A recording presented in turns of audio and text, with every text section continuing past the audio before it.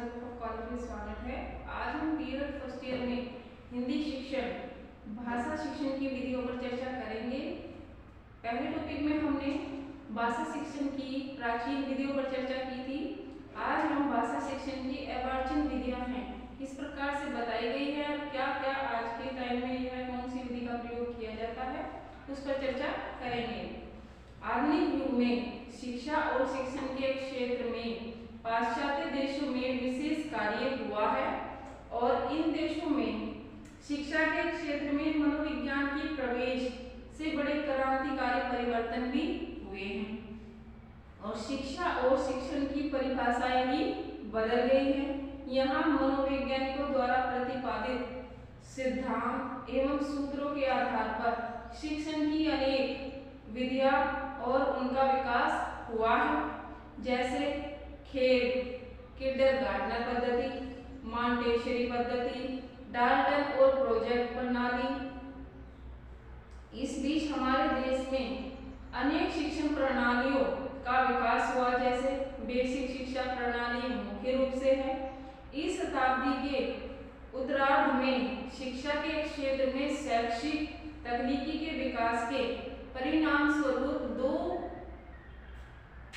और कई नई विधियां विकसित हुई हैं, जैसे एक है स्वनिर्देशित अनुदेशन प्रणाली और दूसरी है भाषा प्रयोग प्रणाली। इन सब की चर्चा हमने अगले अध्यायों में की है, परंतु इसका अर्थ यह नहीं है कि जो आधुनिक युग की प्राचीन कालीन शिक्षण विधियों का प्रयोग नहीं होता, वह आवश्यकता अनुसार होता ही है। भाषा सीखने के लिए अनुकरण विधि आज भी उतनी ही उपयोगी है जितनी की प्राचीन काल में थी और कथन प्रश्नोत्तर व्याख्या समीक्षा आगमन निगमन विश्लेषण संश्लेषण आदि विधियों का भी आज भी उतना ही प्रयोग होता है, परंतु आज किसी एक विधि पर निर्भर नहीं रहा जाता है। किसी भी विधि का प्रयोग आवश्यकता के अनुसार किया जाता है। मातृभाषा क्या किसी भी विषय का शिक्षण अब किसी एक विधि से नहीं किया जाता, अपितु आवश्यकता के अनुसार विधियों के योग से किया जाता है। आज भिन्न भिन्न स्थितियों में भिन्न भिन्न विधियों का प्रयोग किया जाता है। मातृेतर भाषाओं की शिक्षण विधियां किस प्रकार की हैं? मातृेतर भाषाओं की शिक्षण विधियां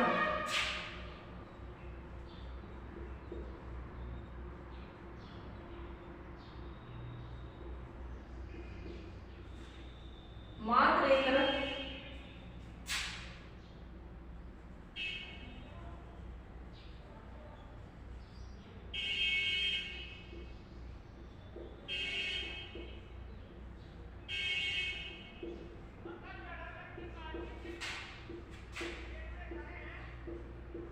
मातृेतर भाषा शिक्षण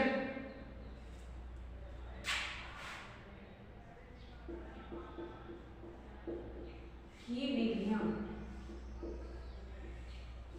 ठीक है। आज हम अपने देश में कुछ क्षेत्रों में हिंदी शिक्षण मातृेतर भाषा के रूप में कराना होता है, अतः यहाँ हिंदी के मातृेतर भाषा के रूप में पढ़ाने हेतु मातृेतर भाषाओं की शिक्षण विधियों के विषय में भी जानना आवश्यक है।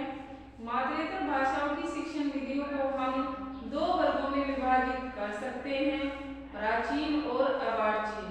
प्राचीन विधियां वे हैं जिनका विकास 18वीं शताब्दी से 18वीं शताब्दी तक हुआ है और जो अर्वाचीन विधियां हैं वे आती है जिनका विकास 19वीं और 20वीं शताब्दी के अंतर्गत हुआ है और जो वर्तमान में भी हो रहा है। मातृेतर भाषा शिक्षण की प्राचीन विधि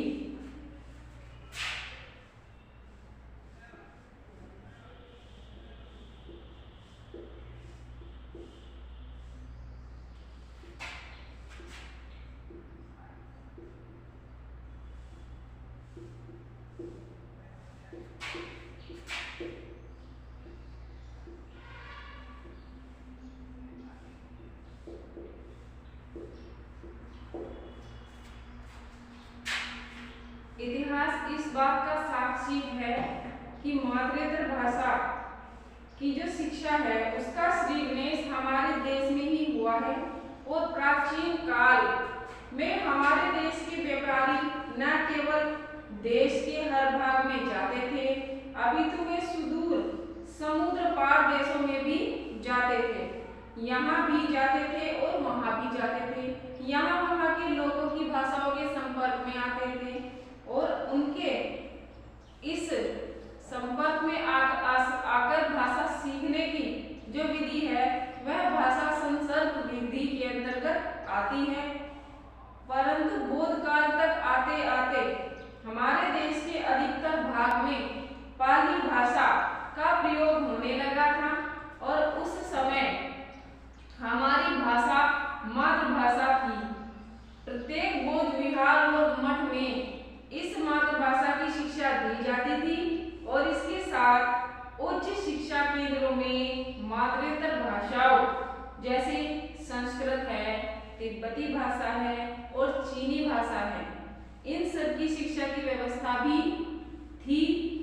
तब मातृत्व भाषा की शिक्षा प्रायः अनुवाद के द्वारा दी जाती थी, यानी जिन भाषाओं का ज्ञान हम करना चाहते हैं उनकी भाषाओं का उन भाषाओं की व्याख्या हिंदी या उनकी मातृभाषा में अनुवाद कर समझाई और पढ़ाई जाती थी। इसे अप्रत्यक्ष विधि का नाम दिया जाता है। इसके साथ साथ जो पाठ्य पुस्तक प्रणाली और व्याकरण प्रणाली का प्रयोग भी होता है वह भी प्रयोग किया जाता था। मध्यकाल में भी मातृत्व भाषाओं का शिक्षण इन्हीं विधियों द्वारा होता था और तब द्वितीय भाषा के व्याकरण के नियमों को रटने और तदनुसार एक भाषा से दूसरी भाषा में अनुवाद करने पर विशेष बल दिया जाता था।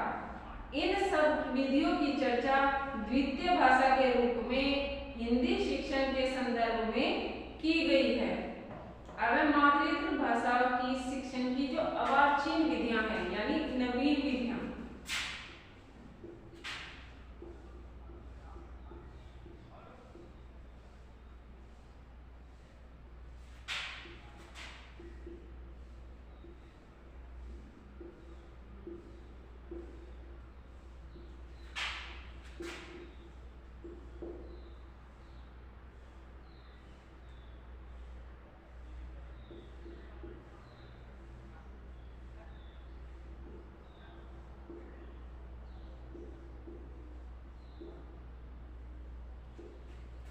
अर्वाचीन विधियां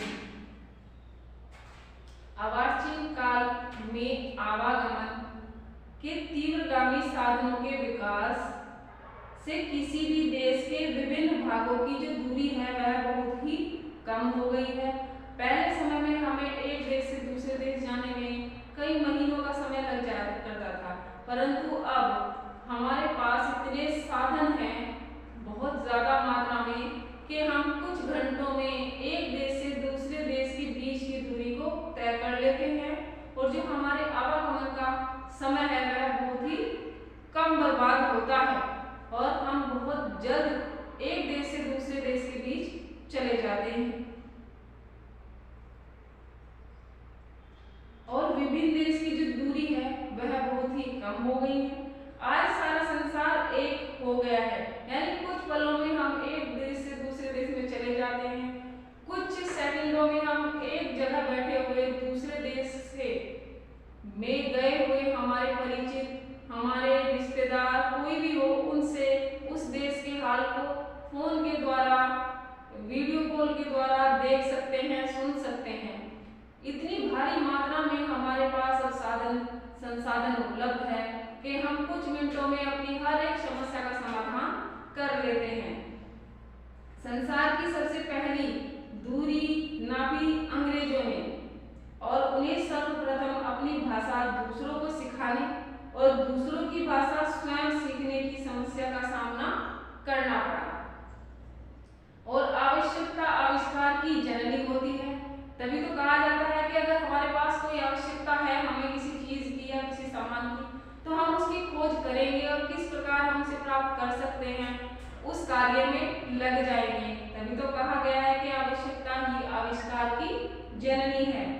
परिणामतः मातृत्व भाषा शिक्षण की नई नई विधियों का विकास हुआ। इसमें प्रत्यक्ष विधि, अप्रत्यक्ष विधि, वेश प्रणाली और गठन प्रणाली मुख्य हैं। इन सब विधियों की चर्चा भी की गई है, परंतु इसका अर्थ यह नहीं है कि मातृत्व जो भाषा है उनके शिक्षण हेतु केवल प्राचीन विधियों का प्रयोग होता है या इन प्राचीन विधियों का प्रयोग नहीं किया गया है। वह तो आवश्यकता अनुसार होता ही है और होता आ रहा है और होता भी रहेगा।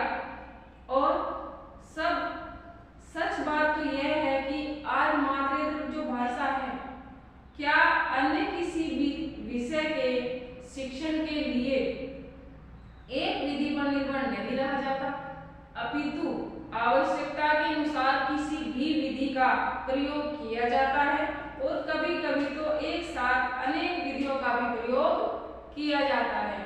हमारे जो समाज में कई प्रकार के लोग रहते हैं, कई समाज के लोग रहते हैं, उनके बीच कई प्रकार की भाषाओं का संपर्क होता है।